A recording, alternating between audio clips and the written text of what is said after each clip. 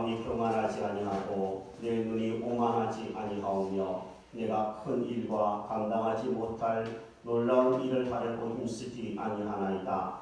실로 내가 내 영혼으로 고요하고 평온하게 하기를 젖된 아이가 그의 어머니 품에 있음 같게 하였나니 내 영혼이 젖된 아이와 같도다.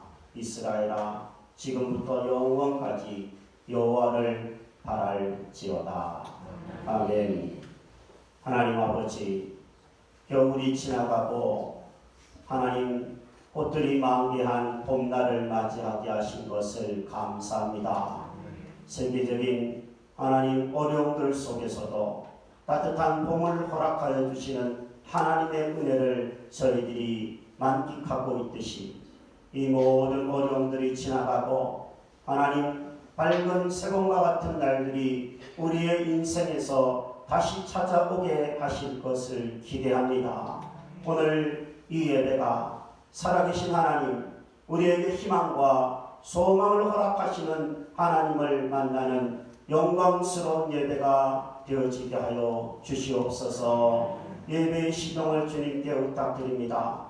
영으로 오셔서 우리를 만나주시고 진리 가운데에 우리에게 말씀하셔서 우리로 하여금 하나님의 마음을 알게 하여 주시옵소서. 복 내려 주시기를 원하옵고 예수님의 이름으로 간절히 기원하옵나이다. 아멘. 전능하사 천지를 만드신 하나님 아버지를 내가 믿사오며 그의 아들 그 주 예수 그리스도를 믿사오니 이는 성령으로 인가하사 동정녀 마리아에게 나시고 본디오 빌라도에게 고난을 받으사 십자가에 못 박혀 죽으시고 장사한 지 사흘 만에 죽은 자 가운데서 다시 살아나시며 하늘에 오르사 전능하신 하나님 우편에 앉아 계시다가 저리로서 산자와 죽은 자를 심판하러 오시리라. 성령을 믿사오며 거룩한 공예와 성도와 서로 교통하는 것과 죄를 사하여 주시는 것과 몸이 다시 사는 것과 영원히 사는 것을 믿사옵나이다. 아멘.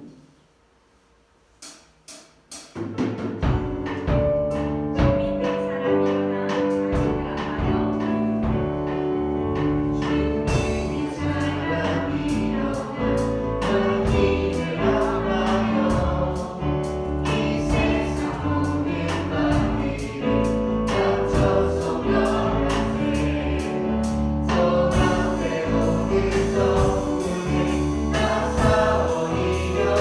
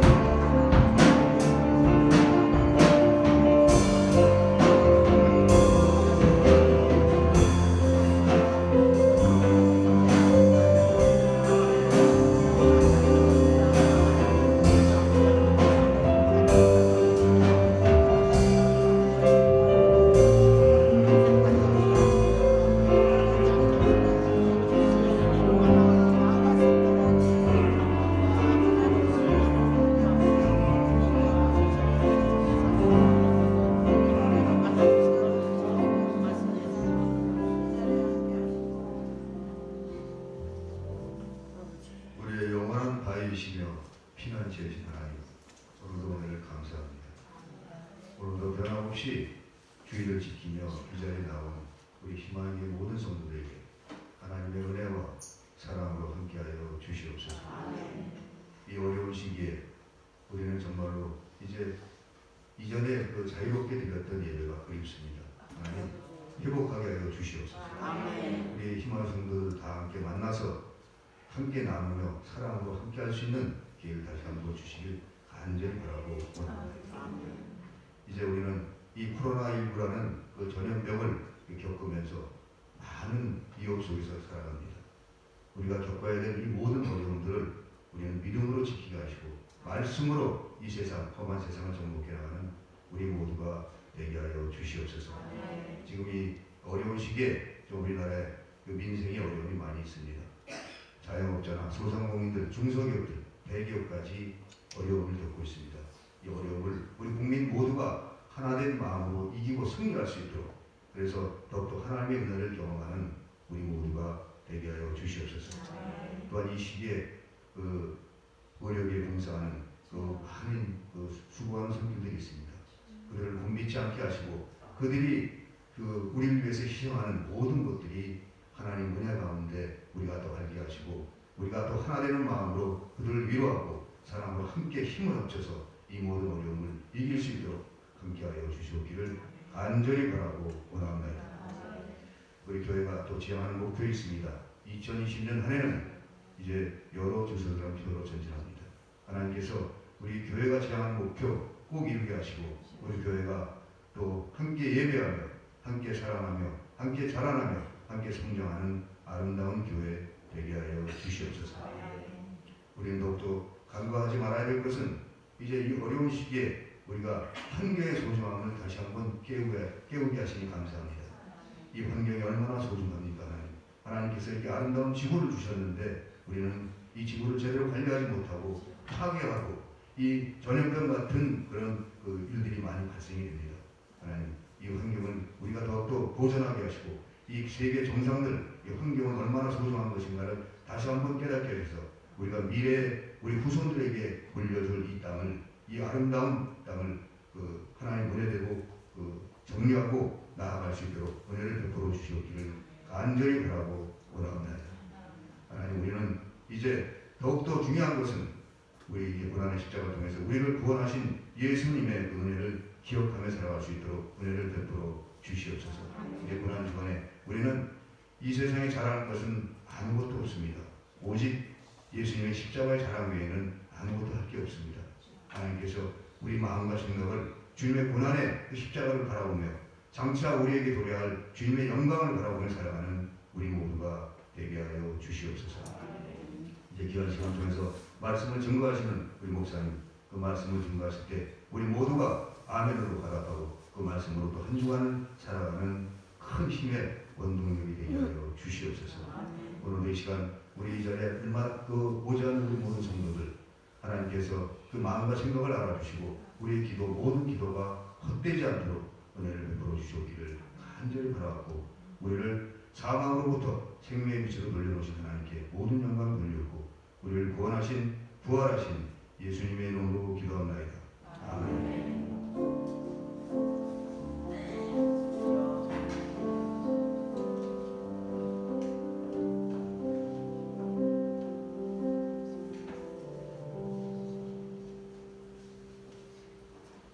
찬송 드리면서 예물 드리겠습니다.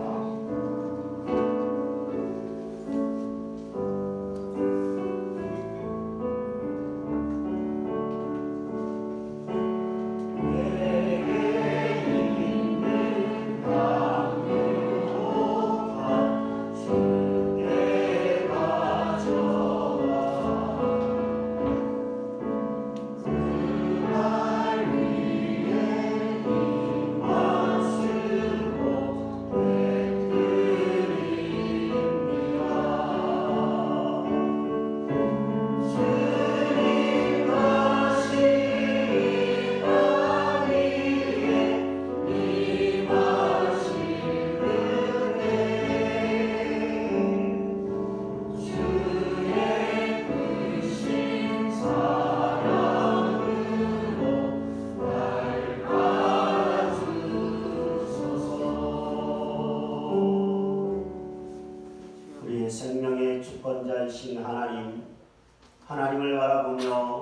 거룩한 날로 정하신 복된 날 정하신 이날에 하나님께 변함없이 예배하며 생명의 주이시오 우리의 구원의 주가 되시는 하나님을 바라보며 예수님께 기도하게 하신 것을 감사합니다. 하나님 아버지, 우리 성도님들 중에 이때의 아버지 하나님 질병으로 고통하는 이가 없게 하여 주시고 하나님 몸이 아픈 분들 하나님이 안수하셔서 라파의 하나님이 어루만져 주심으로 치료되어져 회복되어지는 은혜가 있게 해주시기를 간절히 원합니다.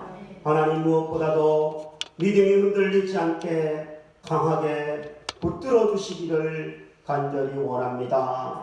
하나님 아버지 다시 함께 모여서 예배드리며 하나님 다시 함께 모여서 서로 사랑으로 교제하며 행복한 시간을 가질 때까지 각자의 삶의 현장에서 믿음으로 또 자기를 잘 관리하면서 승리하도록 도와 주옵소서. 하나님 앞에 예배를 드리게 하여 주시고 예배를 구경하거나 보는 것에서 멈추지 않게 하시고 하나님 몸을 드리고 마음을 드리고 정성을 드리며 기도의 제목을 올려드리었고 하나님 아버지 또 헌신과 예물을 올려드리는 시간이 되기를 원합니다. 주여 이 예물 속에 담겨있는 성도님들의 그 신앙의 고백과 기도의 제목과 마음의 소원들을 하나님께서 받아주시고 하나님이 갚아주시고 복 내려 주시기를 원합니다. 주의 이름으로 모이는 곳에 내가 임하여 복을 주리라 주님이 약속하셨사오니 주의 이름을 부르는 현장들 가운데에 가정의 예배의 처소 가운데에 주님의 몸된 희망의 교회의 이 처소 가운데에 예배하는 모든 식구들 가운데 임하셔서 복을 주시옵소서. 하나님 아버지 이 재난이 이제 하나님이 긍휼히 여겨주심으로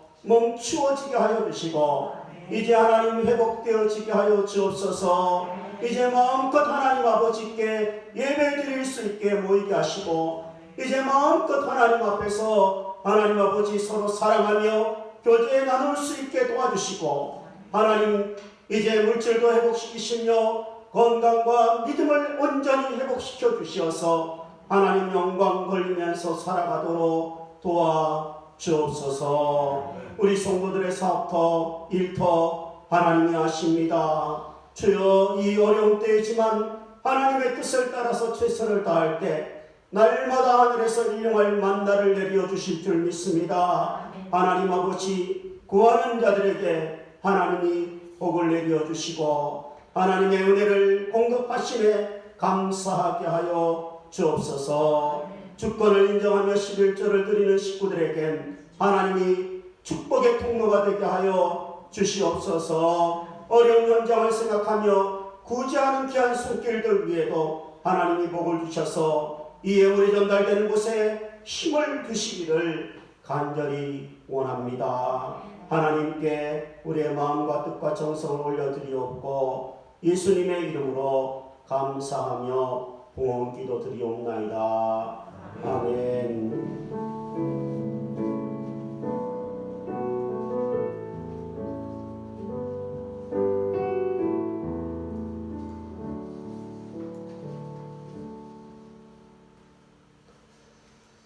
네, 반갑습니다.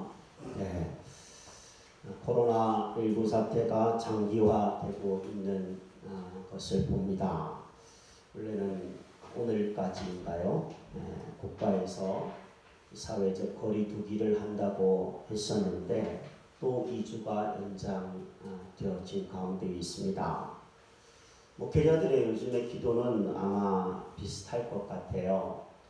부활주일에는 다 함께 모여서 예배를 드릴 수 있게 하옵소서. 이게 아마 기도의 제목이었을 터인데 쉽지 않겠다 이런 생각들을 또 하게 됩니다. 믿음으로 나올 수 있는 분들은 교회에서 다음 주일이 우리가 부활주일인데 참여했으면 좋겠고요.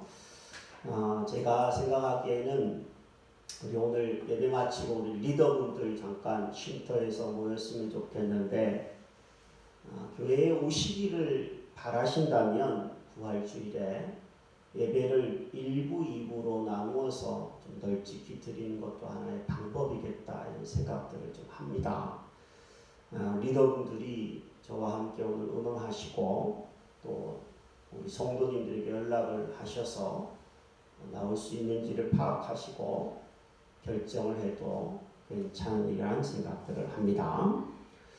예배 시간에 마스크를 다 착용하는 것을 지금은 의무로 하고 있습니다.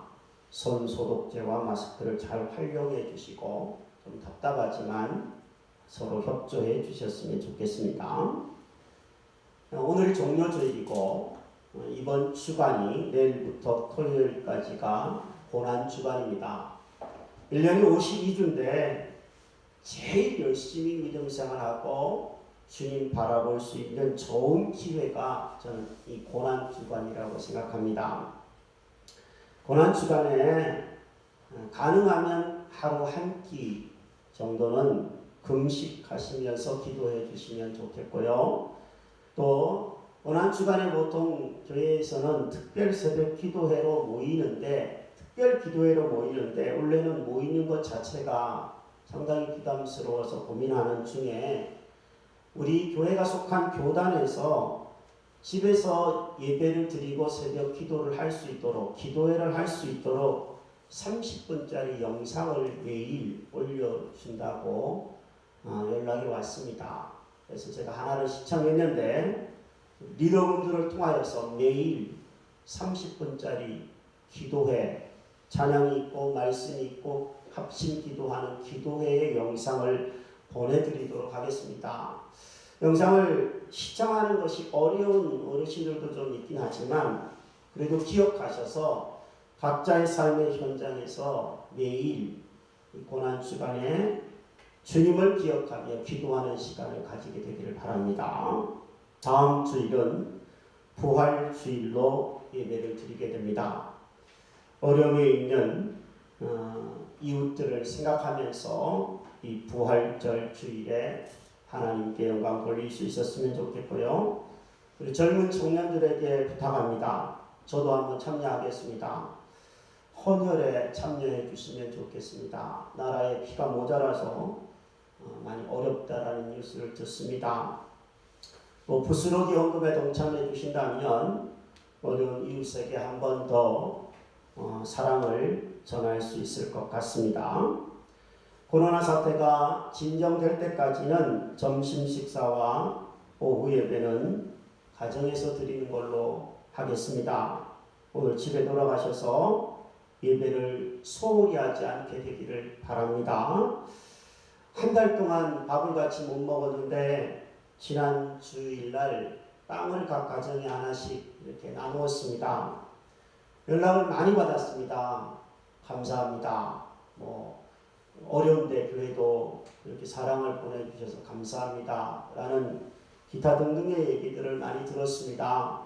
여러분에게 그 소식을 전합니다. 함께 모여서 회복될 때까지 서로 격려해 주시고 기도해 주시기를 바랍니다. 오늘 우리에게 주시는 말씀은요, 히브리서 12장 1절부터 11절까지 말씀입니다. 신약성경 366쪽 히브리서 12장 1절부터 11절입니다.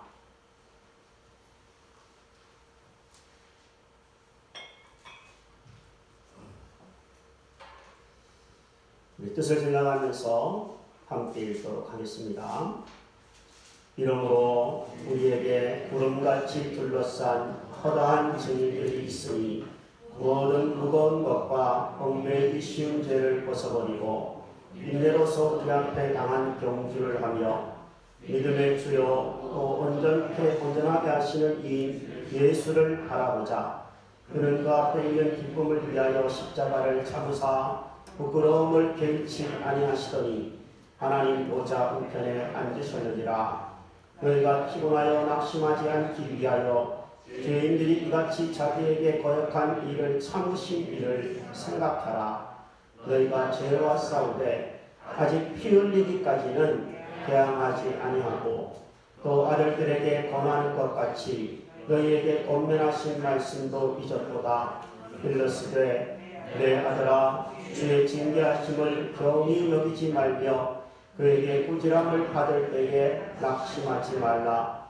주께서 그 사랑하시는 자를 징계하시고 그가 받아들이시는 아들마다 채찍질 하심이라 하였으니 너희가 참음은 징계를 받기 위함이라. 하나님이 아들과 같이 너희를 대우하시나니 어찌 아버지가 징계하지 않는 아들이 있으리요. 징계는 다 받는 것이거늘 너희에게 없으면 사생자요 친아들이 아니니라. 또 우리 신의 아버지가 우리를 징계하여도 공경하였거늘 하물며 모든 영의 아버지께 더욱 복종하며 살려 하지 않겠느냐. 그들은 잠시 자기의 뜻대로 우리를 징계하였거니와 오직 하나님은 우리의 유익을 위하여 그의 거룩하심에 참여하게 하시느니라. 무릇 징계가 당시에는 즐거워 보이지 않고 슬퍼 보이나 후에 그로 말미암아 연단받은 자들은 의와 평강의 열매를 맺느니라. 아멘.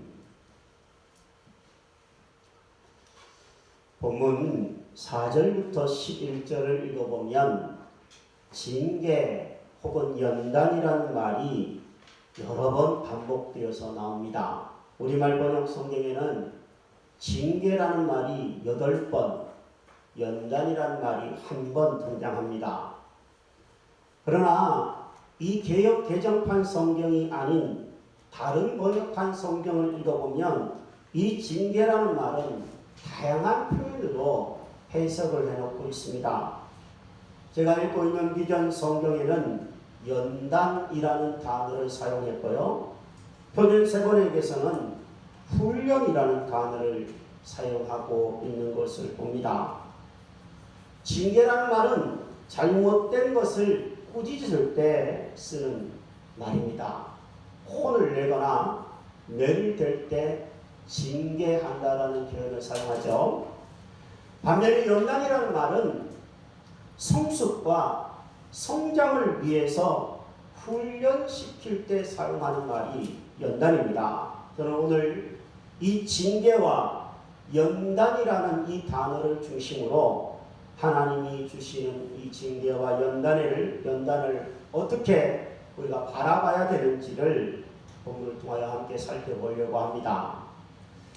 연단이라는 말을 사전에서 한번 찾아봤습니다. 그랬더니 이런 정의가 나오더라고요.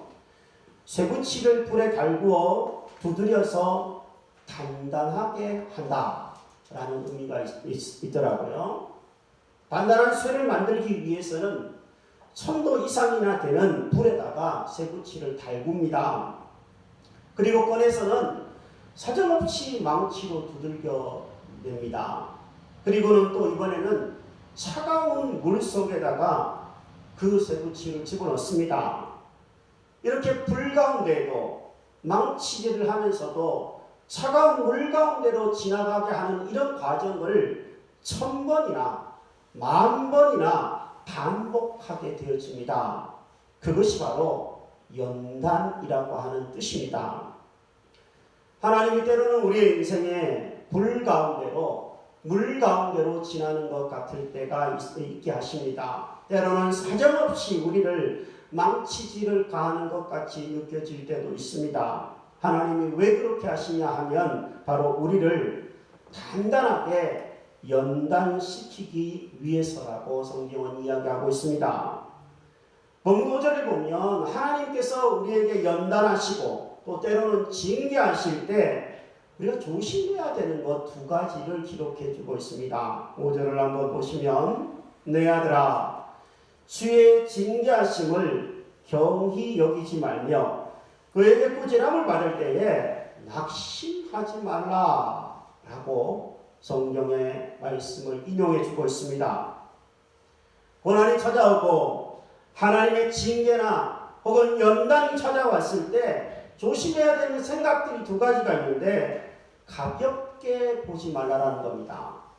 만약에 하나님의 징계와 하나님의 고난을 가볍게 본다면 더 큰 죄를 범하게 될 것입니다. 그리고 또 하나 조심해야 되는 것은 낙심하지 말라고 하셨습니다. 만일 하나님의 꾸지람이나 하나님의 고난이나 징계에 대해서 낙심하게 된다면 그 사람은 더 이상 자라지 못하고 거기서 끝나버리게 될 것입니다. 하나님의 볼심은 징계나 연단을 통하여서 우리에게 미래와 희망을 주는 것이 하나님의 본심입니다. 여호와의 말씀이니라. 너희를 향한 나의 생각을 내가 하나니 평안이요 재앙이 아니니라. 너희에게 미래와 희망을 주는 것이니라. 여러분, 하나님의 본심은 우리에게 평안을 주시기 위해서요, 우리에게 희망을 주시기 위해서요, 우리를 성장시키기 위해서 때로는 징계도 연단도 고난도 허락하여 주시는 것을 믿습니다. 하나님이 우리를 징계하실 때가 있습니다.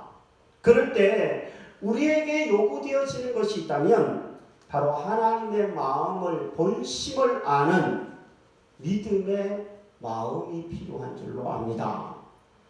본문은 그 하나님의 마음을, 이 징계와 관련된 하나님의 마음을 이렇게 설명을 하고 있습니다. 첫째는 7절과 8절을 보면 하나님의 징계와 연단은 하나님의 아들이신 것을 나타내는 증거가 된다고 얘기했습니다. 아주 쉽게 말한다면 징계와 연단은 하나님이 우리를 사랑하시는 표시라는 뜻입니다. 세대가 많이 달라지고 있습니다. 한 세대 전까지만 해도 아버지 그러면 엄하신 분으로 통했습니다. 저도 주중에 시차례가 있어서 목사님들과 잠깐 교제할 수 있었는데, 목사님들의 이야기들을 들어보면 우리 세대, 저희 세대의 부모님을 떠올리게 됩니다. 그러면 부모님은 웬만한 부모님은 다 엄하신 분이셨어요. 특히 아버지는 더 그랬습니다. 저도 그랬습니다. 마음은 그렇지 않은데 겉으로는 엄하게 자녀들을 대하셨습니다. 자상함과는 상당히 거리가 멀었던 세대입니다. 그러나 오늘날 우리의 자녀들이 원하는 아버지 상은요, 조금 상당히 다릅니다. 엄한 아버지를 원하는 자녀는 거의 없습니다. 어떤 아버지를 원하는지 아십니까? 친구 같은 아버지를 원합니다. 자상한 아버지를 원합니다. 그러나 자상하고 친구 같은 아버지가 되더라도 조심해야 되는 것들은 항상 있습니다. 자칫 자녀를 오냐오냐해서 온실 속 화초로 자라게 하면은 상당히 위험한 일을 만날 수도 있습니다. 왜냐하면 우리의 자녀들이 세상에서 살아가는 이 세상은 온실 안이 아니기 때문에 그렇습니다. 비바람이 불고 눈보라가 치고 변화무쌍한 날씨를 가진 세상 속에서 살아남으려면 그냥 친구처럼만 돼서는 안 됩니다. 자녀가 잘못된 길을 걸어갈 때는 매섭게 징계할 수도 있어야 되는 것이 부모의 도리가 아닐 수가 없습니다. 아버지는 자녀가 잘못된 길을 가면 자녀를 때로는 때려서라도 징계합니다. 아버지는 그 외를 통하여서 자녀를 사랑하는 것을 결국에 깨닫도록 이끄시는 겁니다. 만일 자녀가 잘못된 길을 걸어가는데도 징계하지 않는 아버지가 있다면 진짜 아들이 아닐 가능성이 있습니다. 본문 8절은 이렇게 얘기합니다. 징계는 다 받는 것이거늘, 다 받는 것이거늘. 하나님의 징계를 받지 않는 사람은, 그런 아들은, 그런 자녀는 아무도 없다는 얘기입니다. 다 받는 것이거늘 너희에게 만약에 없다면 사생자요 친아들이 아니니라. 어미 얘기하셨습니다. 부모의 꾸지람에 사랑을 깨닫게 되는 때가 있습니다. 처음에 부모가 자녀를 징계할 때는, 철이 없을 때는 왜 우리 부모가 나를 이렇게 심하게 때리는가, 심하게 이렇게 매를 대거나 혹은 혼을 내거나 아니면 잔소리를 하는가, 이런 생각들을 하면서 철이 없을 때는 그것을 사랑으로 받아들이지 못할 때가 있습니다. 그러나 나이가 들면서 우리는 철이 듭니다. 부모님의 꾸지람과 잔소리에서 부모님의 사랑을 깨닫습니다. 그게 바로 철이 되는 겁니다. 여러분은 언제 철이 드셨습니까? 농담으로 뭐 그러더라고요. 포항 제철에서 전화가 왔다고. 왜? 철이 좀 들라고. 뭐 이렇게 얘기하는 사람도 있던데, 여러분은 언제 철이 드셨습니까? 보통 이야기들을 들어보면요, 남자들은 철이 들 때가요, 군대에 갔을 때라고 보통 얘기를 많이 해요. 군대 가서 힘든 훈련 받아보면서 엄마가 해주는 밥 못 먹고 규칙적인 생활을 하다가 보니까 부모님이 막 그리운 거예요. 그래서 철이 드는 경우들이 있습니다. 여자분들은 얘기를 하는 걸 들어보면 보통 언제 철이 드냐면 자녀를 낳고 철이 들다고 그러더라고요. 힘들게 그냥 사선을 넘나듯이 하늘이 노래지는 그 순간까지 가서 아이를 낳고 그 아이를 받아들였을 때 우리 엄마가, 우리 아버지가 얼마나 나를 힘들게 낳고 길렀을까 이런 생각을 하면서 닭똥 같은 눈물을 흘리면서 철이 든다고 여자분들 얘기하시더라고요. 저도 남자라서 애는 안 낳아봐서 모르겠고, 저는 군대 가서 철이 좀 들었던 것 같아요. 아버지를 향하여서 특히 그랬던 것 같아요. 와, 아버지가 그렇게 존경스럽더라고요.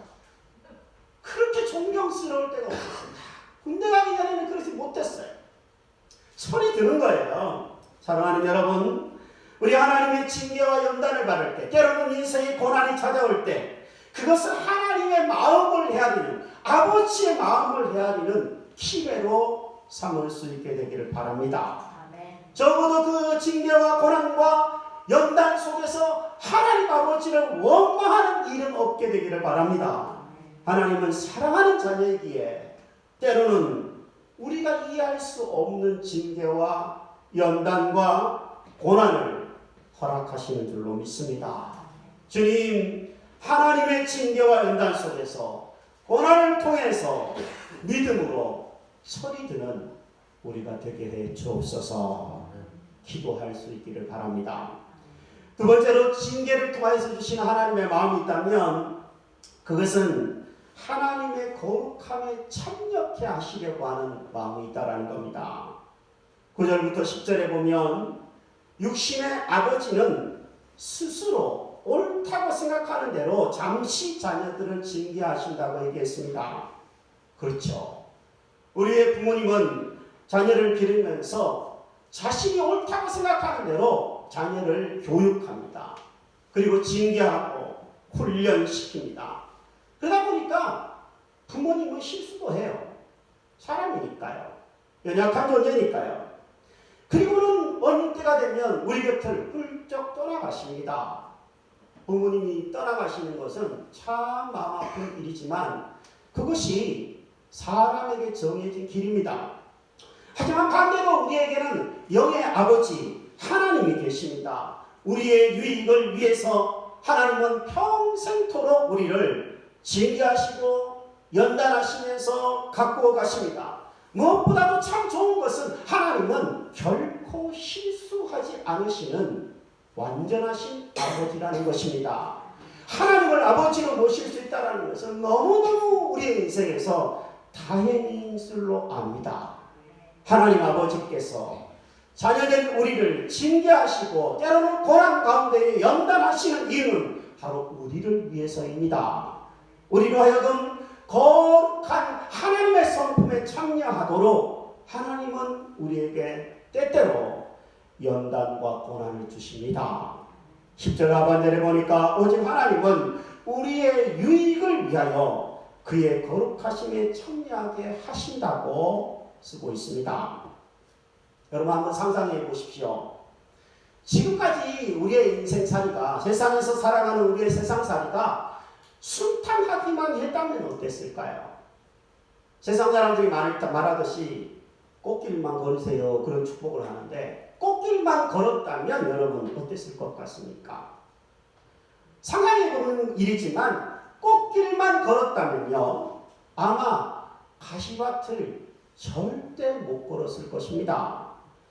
이 세상이 좋사오니 여기가 좋사오니 천국은 무슨 천국 여기가 좋사오니 세상에 빠져서 아마 살았을 것입니다. 꽃길만 걸었었다면. 그러나 세상에서 어려운 일을 만나고 가시밭도 걸어가면서 우리가 깨닫는 것은 이런 아픔과 고통과 눈물과 괴로움이 없는 저 천국을 소망하게 된다는 것입니다. 고난을 통해 우리는 하나님을 점점 더 알아가고 예수님의 거룩하심에 점점 더 가까이 만들어 가게 하시는 것이 하나님의 뜻입니다. 다만 이뿐 아니라 우리가 환난 중에서도 즐거워하나니 이는 환난은 인내를, 인내는 연단을, 연단은 소망을 이루는 줄 알미로다. 가시밭길을 몇 번 걸어본 사람은요, 웬만한 어려운 길을 걸어도 주님과 함께라면 기쁘게 걸을 수 있습니다. 딸아이가 며칠 전에 저보고 그러더라고요. 아빠는 요즘에 더 기쁜 것 같아. 뭐 이런 얘기를 한번 하더라고요. 그래서 속으로 그래도 내가 잘 견디고 있구나. 그런 생각들을 딸아이의 이야기를 들으면서 제가 생각해 보았습니다. 제가 요즘에 온 나라가, 온 세계가 겪고 있는 이런 어려움들 속에서도 조금 여유가 있는 편입니다. 왜 그런지 아십니까? 한번 큰 어려움을 겪고 나면 이 정도는 괜찮다 이런 생각들이 들기 때문에 그렇습니다. 여러분, 온 세계가 지금 하나님의 징계를 받는 것처럼 느껴져서 본문의 말씀을 준비하게 되었습니다. 어느 나라도 피하지 못하고 있습니다. 참 안타까운 것은 선진국이 아니라 후진국이에요. 아프리카나 저 아시아의 가난한 나라들이 이 재난이 덮치면 얼마나 많은 사람들이 죽어 나갈까 이런 생각하니까 참 안타깝고 하나님도 정말 안타까워 하시리라고 저는 생각이 되어집니다. 아무도 피할 수가 없어요. 부자든 가난한 사람이든 많이 배운 사람이든 못 배운 사람이든 아니면 부유한 국가에서 태어나서 사는 사람이든 가난한 국가에서 태어난 사람이든 이 재난 앞에 어쩌면 우리는 무방비 상태입니다.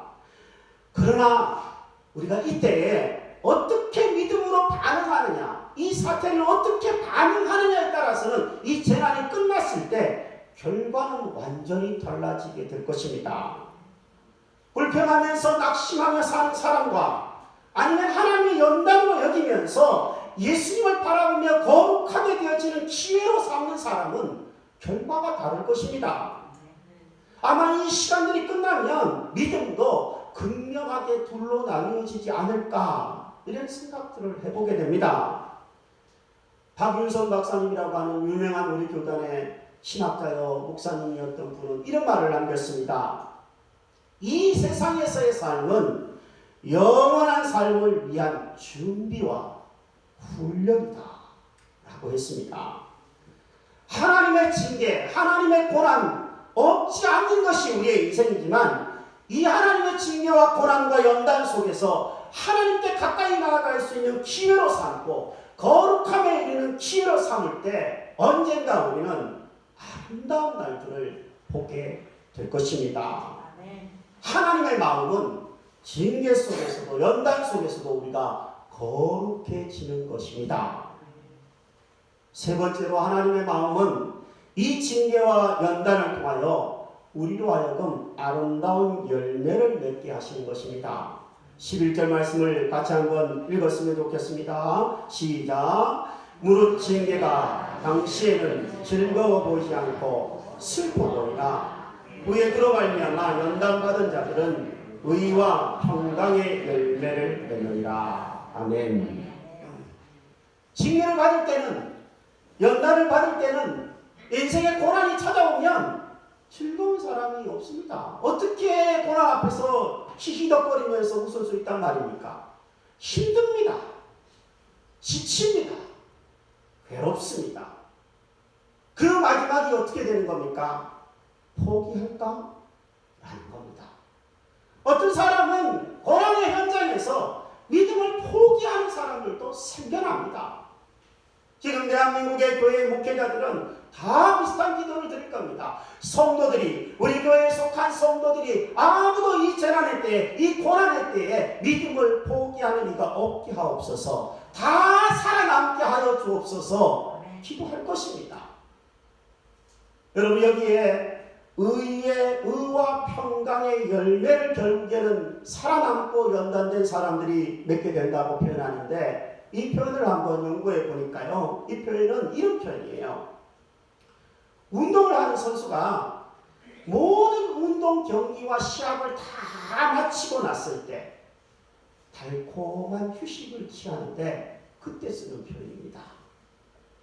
열심히 올림픽을 생각하면서 혹은 대회를 생각하면서 땀을 흘리며 살을 빼며 몸도 가볍게 하고 모든 것들을 절제하면서 살다가 그 모든 운동 시합을 다 마치고 이긴 다음에 밥을 한 그릇 먹는다. 잠을 한 잠 잔다. 얼마나 달콤한 휴식이겠습니까? 그처럼 하나님의 징계와 연단의 훈련의 시간들을 잘 인내하기만 한다면, 때가 되면 우리에게 달콤한 안식과 휴식이, 편안한 모습이 열매로 하나님이 허락하여 주신다는 뜻입니다. 구약성경의 욥을 한번 보십시오. 욥은 이렇게 고백합니다. 그러나 내가 가는 길을 그가 아시나니 그가 나를 단련하신 후에는 내가 순금같이 되어 나오리라. 여러분이 고난당하는 거, 여러분이 지금 때로는 연단을 받고 훈련을 받는 그 모든 인생의 어려운 일들을 누가 알겠습니까?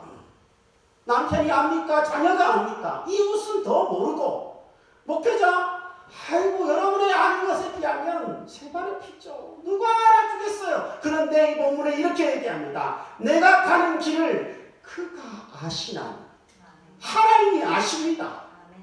하나님이 아시고 감당할 만큼만 징계하시고 여러분과 제가 감당할 만큼만 훈련하시는 줄로 압니다. 그 훈련과 연단의 시간이 지난 후에는 여러분과 제가 순금과 같이 되어 나오게 될 줄로 믿습니다. 언젠가 이 세상에서의 하나님의 징계도 다 끝이 나는 날이 올 것입니다. 그 모든 것들을 통과했을 때 우리는 영원한 하나님의 의와 평강에 달콤한 열매를 맺게 될 줄로 믿습니다. 여러분, 우리가 이런 달콤한 아름다운 열매를 맺기 위해서, 또 거룩함에 이르기 위해서, 또 하나님의 징계를 잘 견뎌내며 이기기 위해서는 우리가 바라봐야 되는 분이 있습니다. 그것은 바로 예수 그리스도이십니다. 믿음의 주요 온전케 하시는 이인 예수를 바라보자. 한번 따라해 보겠습니다. 예수를 바라보자.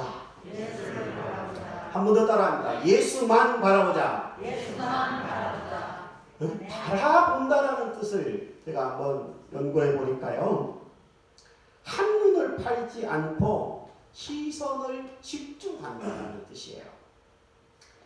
경주를 하는 말이 있죠. 경주마라 그러는데, 이 말을요, 훈련을 시키거나 경주에 출전할 때는 말의 눈을 한쪽으로 가립니다.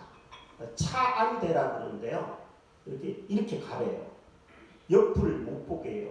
말의 눈이 굉장히 크잖아요.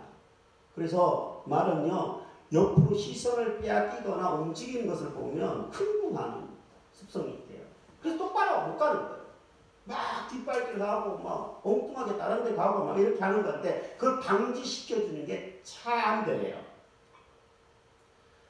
말이 경주마가 앞을 보고 달려가듯이 성도된 우리는 믿음의 주요 온전케 하시는 예수님께 시선을 두고 앞으로 나아가야 하는 것이 우리 성도된 사람들의 책무인 줄로 압니다. 평균대나 아주 좁은 다리 위를 걸어간다고 한번 생각해 보십시오. 그러면 저 앞에 있는 움직이지 않는 것에다가 눈을 맞춰야 돼요. 그래야지 떨어지지 않아요. 그런데 엉뚱하게 흐르는 물을 보거나 움직이는 것에 시선을 빼앗기면 거기서 그만 추락하고 맙니다. 어려울 때에는 예수님께 우리의 시선을 고정시켜야 할 줄로 압니다. 토끼와 거북이 이야기 아시죠? 어느 날 토끼와 거북이가 달리기 시합을 했습니다. 토끼는 거북이에 비해서 매우 빠르게 달릴 수 있습니다. 그래서 막 치고 나갔어요. 언덕배기까지 막 올라가가지고 그때 언덕배기까지 올라갔을 때 보니까 뒤로 돌아보니까 거북이는 엉금엉금 기어오는 거예요. 그때 토끼의 머릿속에 무슨 마음이 듭니까? 내가 여기서 한숨 자고 가도 저 거북이보다는 빠르겠다. 이렇게 생각하고 거북이는 나무 그늘 밑에서 그냥 잠을 잡니다. 그러다가 나중에 어떻게 됩니까? 거북이가 먼저 앞길로 가버려요. 그게 토끼와 거북이 이야기예요. 한번 생각해보면요. 토끼가 앞을 보고 갔을 때는, 목표를 향해 갔을 때는 괜찮았어요. 그런데 뒤로 돌아보고 옆을 보고 다른 존재와 비교를 하면서 마음이 교만해졌을 때는 그것이 문제가 되고 말았습니다. 우리는 지금 믿음의 경주를 하고 있는 사람과 같습니다. 표대 대신 예수님을 바라보고 달려야 하는데 다른 것들이 자꾸 우리의 눈에 들어오면 이거 정말 위험해집니다. 자꾸 우리를 유혹하고 여러분들을 유혹하는 것들이 무엇이 있습니까? 혹시 마음은 교만해져서 속력을 늦추면서 그냥 대충 그냥 쉬어가는 것은 아닌지요? 믿음의 주요 온전케 하시는 이 예수님을 바라봐야 되는데 다른 것을 바라보고 있지는 않은지요? 예수님이 어떤 분이십니까? 고난주간에 우리는 다시 한번 시작하면서 예수님을 생각해 봐야 합니다. 예수님은 영원한 기쁨을 위해서 십자가를 참으셨습니다. 십자가의 온갖 육신의 고통을 참아내셨습니다. 그뿐만 아니라 자신을 배신하고 떠나가는 제자들을 향해서도 뭐라 그러지 않으시고 참아내셨습니다.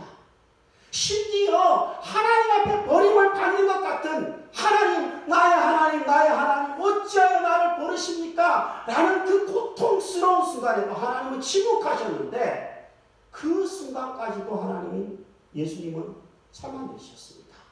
그렇게 참고 또 참고 미래의 즐거움과 영원한 기쁨을 생각하면서 인내하고 참아내신 결과 예수님은 하나님의 우편에 앉아 계십니다. 여러분, 고난주간 한 주간, 이번 한 주간 그 어떤 때보다도 예수를 깊이 생각하고 예수님께 시선을 고정시키면서 살아가는 가장 믿음 생활 잘하는 한 주간이 되시기를 축복합니다. 우리가 예수님을 깊이 생각해야 되는 이유가 뭡니까?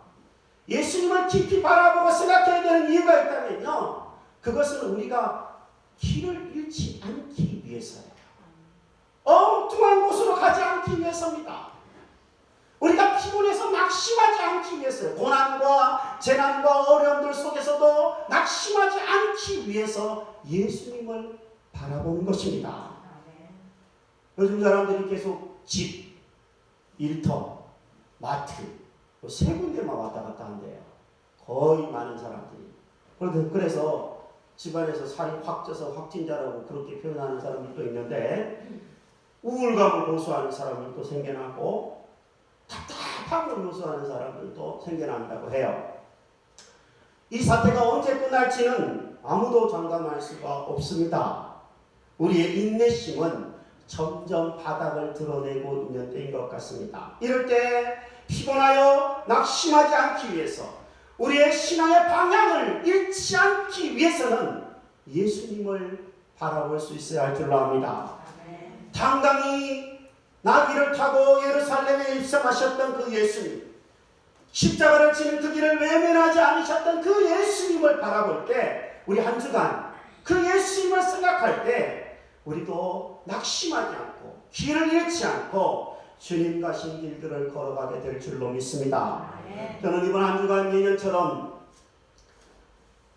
상주노릇 하면서 교회에서 3일 정도 지낼 생각입니다. 여러분, 교회에 오는 것이 부담스러울 때이기도 하지만 여러분, 이번 한 주간은 주일에 한 번이라도 교회에 와서 꼭 기도하는 시간을 가져보시기를 바랍니다. 기도회로 같이 모이기는 상당히 부담스러워서 할 수는 없지만 여러분, 혼자 교회 오는 거 뭔 상관이 있겠습니까?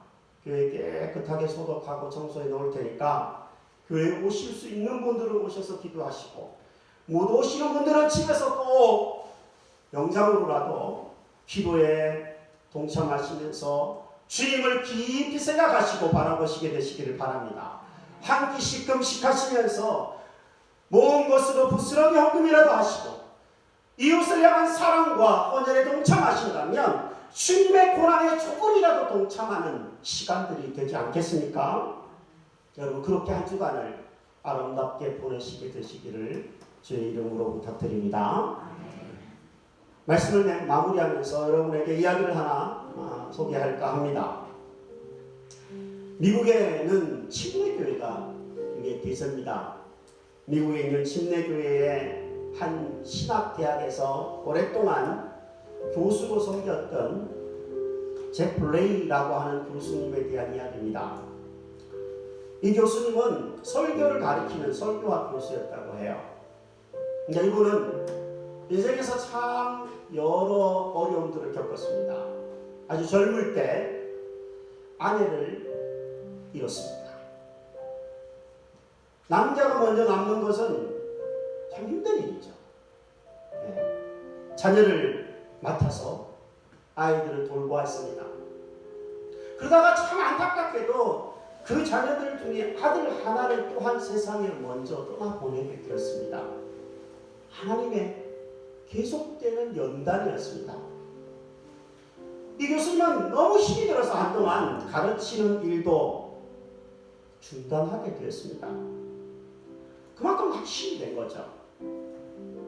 집에서 그냥 머물고 있을 때 하루는 그가 일하는 대학에서 도서관 사서로 일하는 엘리엇이라고 하는 사람이 집에 찾아왔어요. 위로한다고 찾아왔고 그가 떠난 다음에 보니까 책을 한 권 주고 갔습니다. 이 레이 교수는 그가 떠난 다음에 책장을 넘겨보았습니다. 근데 시가 인기를 끌었습니다.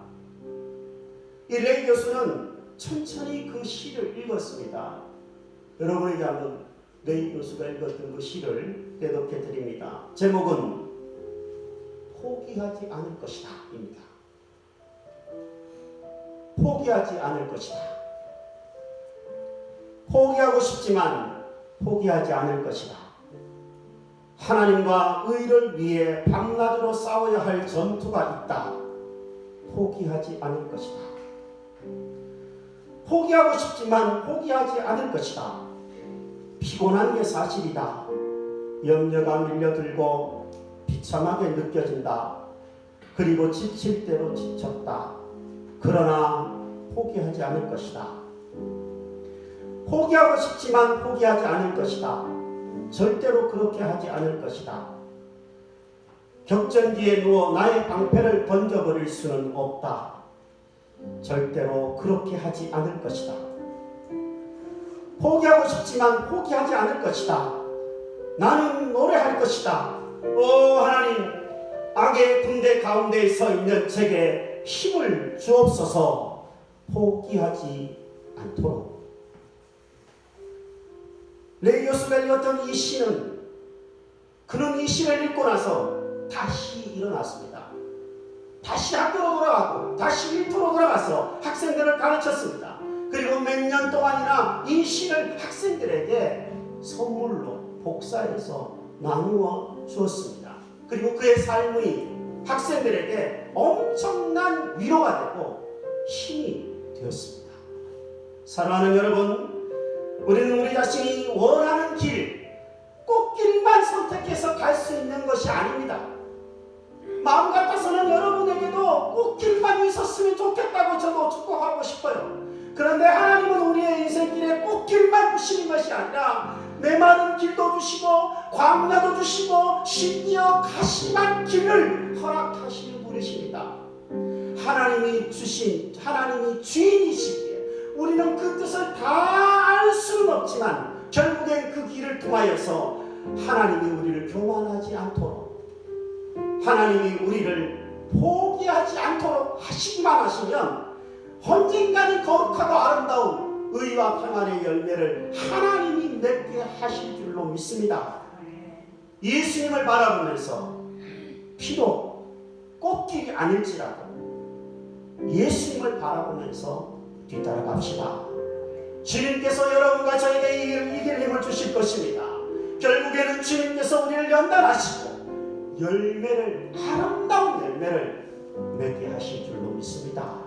그 주님 바라보며 이 시간 함께 기도했으면 좋겠습니다.